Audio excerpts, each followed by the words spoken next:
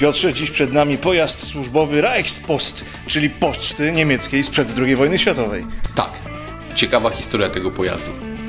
Mogę powiedzieć, że pokazuję wam dzisiaj coś, co ma naprawdę niezwykłą historię zapisaną ludzkimi rękami.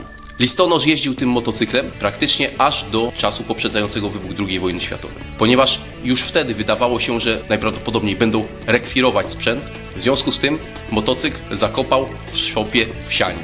Podczas wojny rzeczywiście nikt tego motocykla nie odnalazł. Odnaleźli go dopiero ludzie po wojnie, a w zasadzie chyba w latach 70.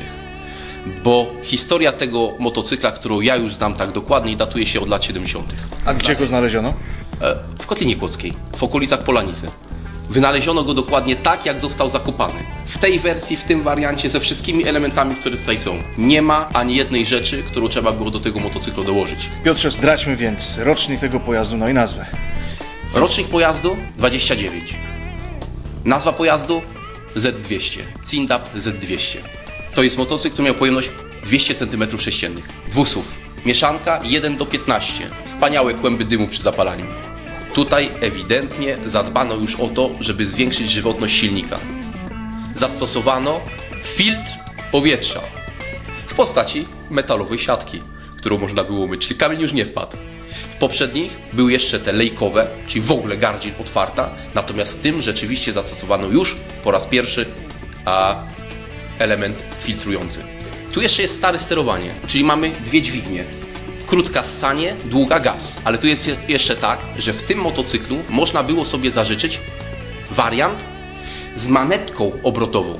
Wtedy zamiast tych cięgien za dodatkową dopłatę zakładano obrotowe pokrętło. Jest to ostatnia wersja ze zbiornikiem podramowym. Ostatni motocykl, który nie ma jeszcze podstawki centralnej, ale jeszcze ma tą podtylne koło. No i jeden z motocykli, który już jest w pewien sposób zunifikowany. Jakbyście się przypatrzyli, to zarówno lewy, jak i prawy element przedniego zawieszenia są identyczne, jak z jednej sztampy. Hamulec gdzie mamy w motocyklu? W prawej nodze. Hamulec jest nie tylko, że w prawej nodze, ale jeszcze pod piętą. Naturalny odruch, jak hamujemy, idziemy do przodu ciałem.